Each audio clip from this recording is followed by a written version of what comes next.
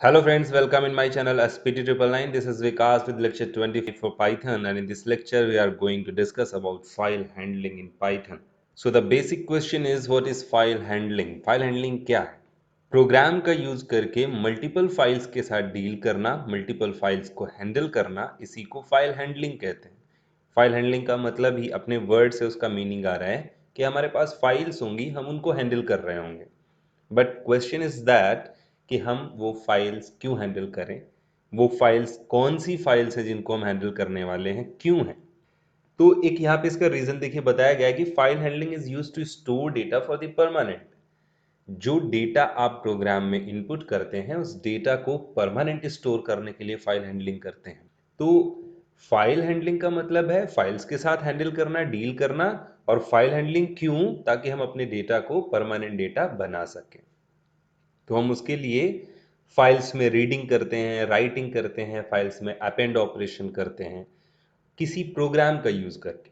तो हमारी जो प्रोग्राम फाइल है वो अलग चीज है। यहाँ पे जिस फाइल्स की बात हो रही है वो फाइल डेटा फाइल्स है। हम जो प्रोग्राम बनाते हैं वो फाइल अलग फाइल हो गई, इसको हम प्रोग्राम फाइल बोल रहे हैं।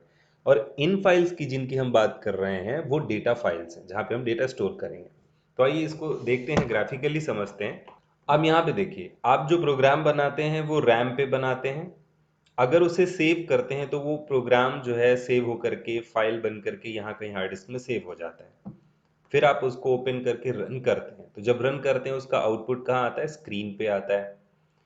अब आप जब कोई डेटा इनपुट करते हैं स्क्रीन पे, तो एक्चुअल में वो कीबोर्ड से जब इनपुट होता है तो वो कहाँ रहता है? रैम पे रहता है। तो सपोज आप स्टूडेंट रिकॉर्ड इनपुट कर रहे हैं, उसका नेम, कॉन्टैक्ट डिटेल जो भी है, तो वो इनपुट करेंगे, वो रैम पे होगी। आप अपने आउटपुट को यहाँ शो करेंगे। उसके बाद जैसे ही आपका प्रोग्राम बंद होगा, आपने वो जो डेटा इनपुट किया था, जो स्टूडेंट रिकॉर्ड इनपुट किया था, वो लॉस हो जाएगा, डिलीट हो जाएगा। अब अगर आपको थोड़ी देर बाद फिर से उसी डेटा की रिक्वायरमेंट हो या दूसरे दिन आपको उस डेटा की ज़रूरत हो, तो आपको वो डेटा नहीं मिलेगा। क्यों? क्योंकि वो टेम्परेरी रैम पे स्टोर था। जैसे ही प्रोग्राम का एग्जीक्यूशन कंप्लीट हुआ, प्रोग्राम बंद हुआ, वो सारा डेटा लॉस हो गया।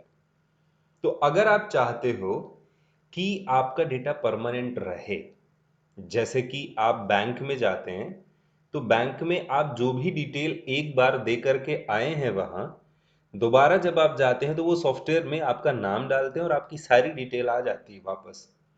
ऐसा तो नहीं है कि वो बार बार आपकी पूरी डिटेल मांगते हैं। सिर्फ कंफर्मेशन के लिए आपसे एक नंबर मांगा जाता है या आपका नाम मांगा जाता है, और उसी से वो आपकी पूरी डिटेल शो कर देते हैं। कैसे शो कर रहे हैं? क्योंकि उनके पास वो डेटा परमानेंट सेव है। लेकिन हमने जो सॉफ्टवेयर बनाया उसमें तो डेटा परमानेंट सेव नहीं हो रहा है। हम रन कराते उस टाइम पे है, उसके बाद चला जाता है। तो अगर हम इनपुट किए गए अपने डेटा को परमानेंट डेटा बनाना चाहते हैं, ताकि इन फ्यूचर हमें जब भी उसकी रिक्वायरमेंट हो हम उसे एक्सेस कर सकें, शो कर सकें, चेंजेस जो करना चाहें उसमें कर सकें, या नया डेटा ऐड करना चाहें हम कर सकें, तो फिर हमें उस डेटा को एक फाइल के रूप में बना करके हार्ड डिस्क में सेव करना पड़ेगा। तो ये डेटा फाइल अलग बनेगी।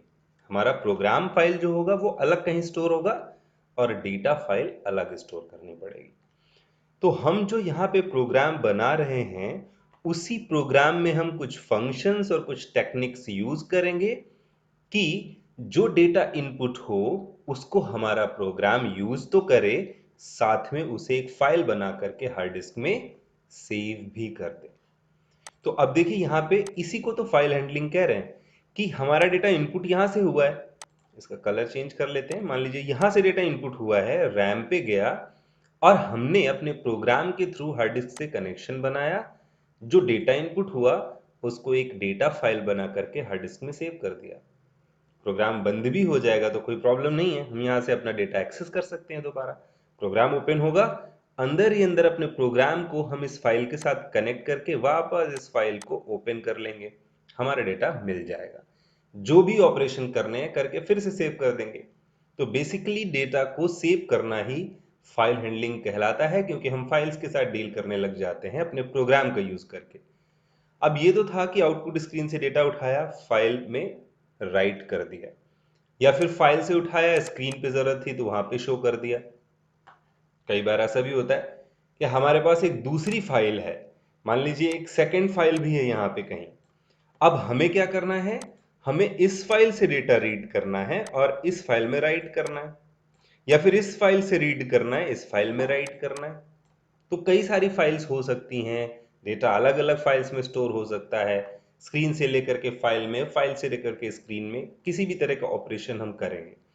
तो मल्टीपल फाइल्स, उनके बीच में ऑपरेशंस, उनको डील करना, हैंडल करना, that's why it is called file handling using Python program. Program का यूज करके फाइल हैंडलिंग कर रहे हैं। तो अभी आपको समझ आया होगा कि फाइल हैंडलिंग क्या है और हम क्यों करते हैं फाइल हैंडलिंग। इसके बाद देखिए फाइल के ऑपरेशंस जो हमने भी आपको बताया, फाइल को क्रिएट करना, फाइल में राइट करना, फाइल से रीड करना, स्क्रीन में प्रिंट करना, या एक फाइल से दूसरी फाइल में रीड करके राइट करना, इस तरह के ऑपरेशंस फाइल में हम करते हैं। इसके अलावा फाइल में जो डेटा रखा है उसमें चेंजेस करना, रिप्लेस करना, एडिट करना, डिलीट करना, इस तरह के सारे ऑपरेशंस भी हम लोग यहाँ फाइल हैंडलिंग में करेंगे। अब देखिए आगे हमारे पास टाइप्स ऑफ फाइल्स हैं। ऑपरेशंस करने से पहले हम ये समझ लें कि कितनी तरह की फाइल्स होती हैं। तो दो तरह की फाइल्स होती हैं, फाइल हैंडलिंग के लिए यूज होती हैं। ये अपना डेटा हम लोग स्टोर करते हैं। तो पहली टेक्स्ट फाइल है, दूसरी बाइनरी फाइल है। टेक्स्ट फाइल को अस्काई फाइल या यूनिकोड फाइल आप कह सकते हो, क्योंकि इन फाइल्स में आपका डेटा कैरेक्टर्स के फॉर्मेट में सेव रहता है। तो वो कैरेक्टर्स जो है वो या तो अस्काई कोड के कैरेक्टर होंगे या यूनिकोड के कैरेक्टर होंगे। नॉर्मल टेक्स्ट फाइल इसीलिए उनको बोल रहे हैं क्योंकि वो टेक्स्ट कंटेन करती हैं। ये मेमोरी ज़्यादा कंज्यूम करती हैं, स्पेस ज़्यादा लेती हैं। और यहाँ पे एग्जांपल में देख सकते हैं, जैसे कि टेक्स्ट फाइल है, डॉक्यूमेंट फाइल है, ये सब आपकी टेक्स्ट फाइल कहलाती है। टेक्स्ट फाइल का मतलब यहाँ पे नोटपैड की फाइल से है, नोटपैड या नॉर्मल टेक्स्ट एडिटर की फाइल्स है, .c, .cpp, कोई भी टेक्स्ट एडिटर की फाइल। डॉक्यूमेंट फाइल जैसे वर्ड पैड की फाइल है, एमएस वर्ड की फाइल है, या फिर एक्सेल एक्सेस की फाइल्स हैं, उन सबको हम लोग यहाँ टेक्स्ट फाइल के रूप में देखेंगे, क्योंकि वो अस्काई या यूनिकोड फाइल कहलाती हैं, कैरेक्टर्स कंटेन करती हैं। दूसरी टाइप की फाइल होती हैं जिनको हम नॉन अस्काई या नॉन यूनिकोड फाइल कहते हैं। ये बहुत कम मेमोरी कंज्यूम करती हैं, मिनिमम मेमोरी में अपना काम करती हैं। तो जैसे इमेज फाइल है, फोटोज हैं, या फिर कोई मान लीजिए वीडियो फाइल है, ऑडियो फाइल है, एनिमेशन फाइल है, ये सारी फाइल्स आपकी बाइनरी फाइल्स कहलाती हैं, क्योंकि इनमें अस्काई या यूनिकोड कैरेक्टर्स नहीं होते, इनमें सीधे बाइनरी कोडेड होता है। वैसे तो बाइनरी इंटरनली इनमें भी होता है, लेकिन जो आपका आउटपुट है वो कैरेक्टर फॉर्मेट में आता है, जबकि यहाँ पे कोई कैरेक्टर फॉर्मेट नहीं आता है। तो इसलिए इनको नॉन अस्काई फाइल्स बोलते हैं। इसके अलावा जो टेक्स्ट फाइल है, टेक्स्ट फाइल का एक स्पेशल फॉर्मेट भी है जिन्हें सीएसवी फाइल्स बोलते हैं, कॉमा सेपरेटेड वैल्यूज फाइल। तो कॉमा सेपरेटेड वैल्यूज फाइल्स क्या होती हैं? सीएसवी फाइल्स ऐसा डेटा जो टैबुलर फॉर्मेट में कहीं स्टोर किया गया हो, जैसे कि एक्सेल में रो और कॉलम में, जैसे कि एमएस एक्सेस में।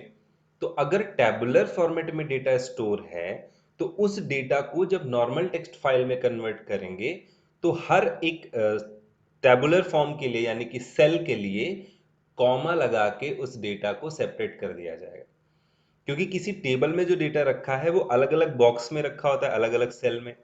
तो जब उसको नॉर्मल टेक्स्ट फाइल में नोटपैड में मान लीजिए लेके आएंगे तो कैसे पता चलेगा? वो सारा डेटा ज्वाइन कर देगा आपस में, तो आपको पता नहीं चलेगा कि सेल अलग अलग डेटा क्या था सेल का। तो वो कॉमा लगा देता है, क्योंकि नोटपैड में टेबल बनेगी नहीं, आपके पास सिर्फ डेटा आएगा, तो अलग अलग सेल का डेटा कैसे पता चलेगा? वो कॉमा लगा देता है। इसीलिए उनको सीएसवी फाइल कहते हैं, कॉमा सेपरेटेड वैल्यूज फाइल, जो किसी स्पेशल स्ट्रक्चर को यूज करते हैं, स्पेशल टाइप से रिप्रेजेंट करते हैं कॉमा लगा करके आपके ऐसे डेटा को जो किसी ऐसे सॉफ्टवेयर से आया है जो टैबुलर फॉर्मेट में डेटा को करता है स्टोर, जैसे कि एक्सेल है, जैसे कि एक्सेस है। तो ये था फाइल हैंडलिंग और फाइल्स का इंट्रोडक्शन। नेक्स्ट लेक्चर में हम लोग फाइल्स में ऑपरेशंस करके देखेंगे। If you have any doubt और question then you can contact. Thanks for watching.